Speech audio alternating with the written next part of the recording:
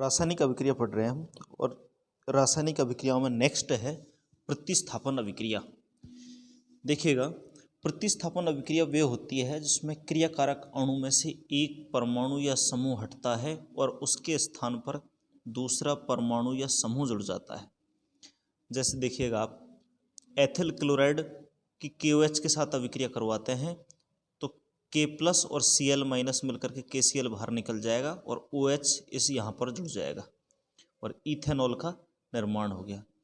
अब ये जो प्रतिस्थापन अभिक्रिया है ये भी 3 प्रकार की होती है। नंबर 1 है नाभिक स्नेही प्रतिस्थापन अभिक्रिया। यदि किसी अभिक्रिया में एक नाभिक स्नेही दूसरे नाभिक स्नेही का प्रतिस्थापन करता है तो वो नाभिक स्नेही प्रतिस्थापन अभिक्रिया कहलाती है। एल्किल हैलाइडों की ये अभिलाक्षणिक अभिक्रिया है जिनमें हैलोजन की उच्च विद्युत ऋणता के कारण बंध ध्रुवित हो जाता है और कार्बन परमाणु पर आंशिक धनावेश आ जाता है, जिससे हैलाइड आयन के रूप में हैलोजन परमाणु बाहर निकल जाता है और नाभिक स्नेही प्रतिस्थापन अभिक्रिया संपन्न होती है। अब इसकी क्रियाविधि भी 2 प्रकार से होती है। एक तो है SN1 क्रियाविधि और दूसरी है SN2 क्रियाविधि।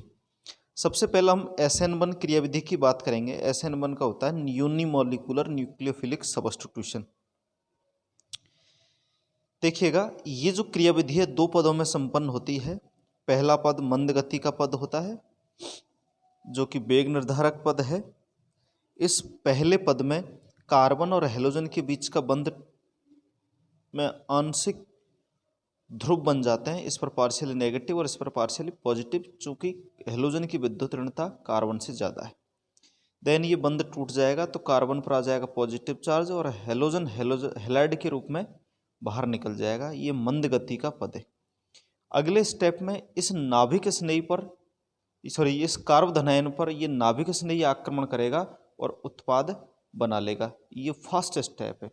अब हम देख रहे हैं कि इसका जो पहला स्टेप है वो मंद गति का पद है, वेग निर्धारक पद है।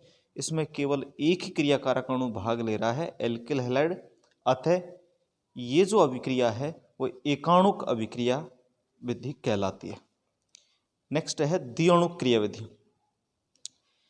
इस अभिक्रिया में जो वेग निर्धारक पद में 2 अणु काम में लेते हैं, अर्थात इस अभिक्रिया का वेग 2 क्रियाकारक अणुओं की सांद्रता पर निर्भर करता है, अतः इसे द्विअणुक क्रियाविधि कहते हैं। देखिएगा, ये एल्किल हैलाइड है। एल्किल हैलाइड पर नाभिक स्नेही, ये नाभिक स्नेही पीछे से आक्रमण करेगा, इस तरीके से कार्बन से बंध बनाएगा और हैलोजन परमाणु हैलाइड आयन के रूप में सामने से बाहर निकलेगा। लेकिन नया बंध बनने और पुराना बंध टूटने से पहले एक बीच की संक्रमण अवस्था बनती है जिसमें पुराना बंध पूर्ण रूप से टूटा हुआ नहीं है, नया बंध पूर्ण रूप से बना हुआ नहीं है, और देन तेजी से ये X बाहर निकल जाएगा और ये नाभिक स्नेही यहाँ पर जुड़ जाएगा। अब इस प्रकार कई एग्जाम्पल है, जैसे मेथिल ब्रोमाइड की अभिक्रिया KOH से साथ करवाते हैं तो KBr बाहर निकल जाएगा, OH यहाँ पर जुड़ जाएगा। ऐसे KCN के साथ अभिक्रिया करवाएंगे तो साइनाइड जुड़ जाएगा। सोडियम एथॉक्साइड के साथ करवाएंगे तो एथॉक्साइड जुड़ जाएगा।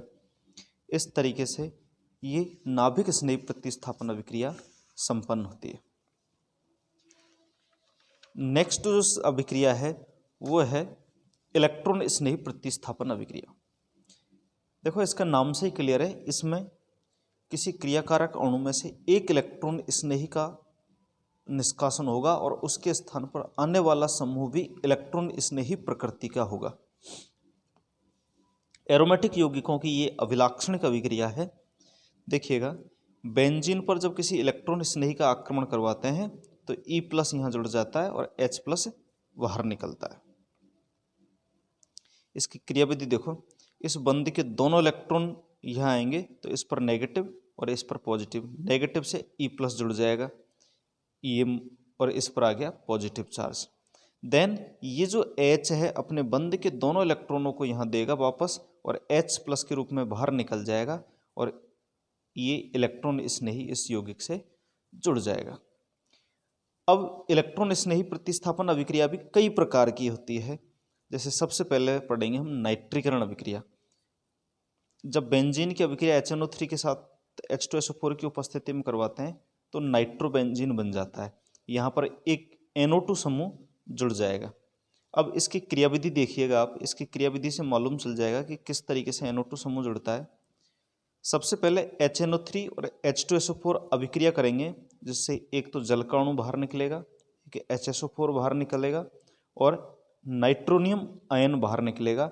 ये जो नाइट्रोनियम आयन है ये इलेक्ट्रॉन स्नेह की भांति व्यवहार करता है और बेंजीन वलय पर यही समूह अटैक करता है। इस बेंजीन का ये बंध इस प्रकार से तोड़ेंगे तो इस कार्बन पर नेगेटिव आएगा, नेगेटिव से NO2 जुड़ जाएगा और H तो है ही और इस कार्बन पर आ जाएगा पॉजिटिव। ये देखिएगा अगले स्टेप में ये H अपने बंध के दोनों इलेक्ट्रॉनों को दे देगा और H के रूप में बाहर निकल जाएगा, तो ये एक यौगिक बन जाएगा। तो नाइट्रोबेंजीन का निर्माण हो गया है। उसी प्रकार सल्फोनीकरण अभिक्रिया है, ये भी एक इलेक्ट्रॉन स्नेह प्रतिस्थापन अभिक्रिया है। जब बेंजीन की अभिक्रिया सधूम H2SO4 के साथ करवाते हैं तो बेंजीन सल्फोनिक अम्ल बनता है। इसकी क्रियाविधि देखिएगा आप, H2SO4 का एक अणु दूसरे H2SO4 से अभिक्रिया करेगा तो एक तो हाइड्रोनियम आयन निकलेगा, सल्फर ट्राइऑक्साइड निकलेगा और HSO4 माइनस बाहर निकलेगा। ये जो SO3 है ये इलेक्ट्रॉन स्नेही की भांति व्यवहार करता है। ये SO3 इस बेंजीन वलय पर अटैक करेगा तो यहाँ पर माइनस इस पर और इस कार्बन पर आ जाएगा पॉजिटिव। अगेन ये H अपने बंध के दोनों इलेक्ट्रॉनों को देकर H+ के रूप में बाहर निकल जाएगा, तो एक ऋणावेशित यौगिक बना। अब चूंकि इसके पास नेगेटिव चार्ज है, अतः जो निकला हुआ H+ है वो वापस यहीं जुड़ जाएगा और बेंजीन सल्फोनिक अम्ल का निर्माण कर लेगा। इसी तरीके से इलेक्ट्रॉन स्नेह प्रतिस्थापन अभिक्रिया में नेक्स्ट है फ्रीडेल क्राफ्ट एल्किलीकरण अभिक्रिया। जब बेंजीन की अभिक्रिया एल्किल हैलाइड के साथ लुईस अम्ल जैसे AlCl3 की उपस्थिति में करवाते हैं तो एल्किल बेंजीन बनता है। देखिएगा जब भी किसी एरोमेटिक यौगिक की अभिक्रिया एल्किल हैलाइडों के साथ करवाते हैं लुईस अम्ल की उपस्थिति में तो एल्किल बेंजीन बनता है। ये जो अभिक्रिया है ये फ्रीडेल क्राफ्ट एल्किलीकरण अभिक्रिया कहलाती है। इसी प्रकार एक और अभिक्रिया है फ्रीडेल क्राफ्ट एसिलीकरण अभिक्रिया। इसमें क्या होगा, बेंजीन की अभिक्रिया एसिल क्लोराइड के साथ करवाते हैं लुईस अम्ल की उपस्थिति में तो एसाइल बेंजीन बनता है या एसिटोफिनोन का यहाँ पर निर्माण हो जाएगा। कुल मिलाकर एसिल जो समूह है, एसिटिल जो समूह है वो किससे जुड़ जाएगा, बेंजीन से जुड़ जाएगा।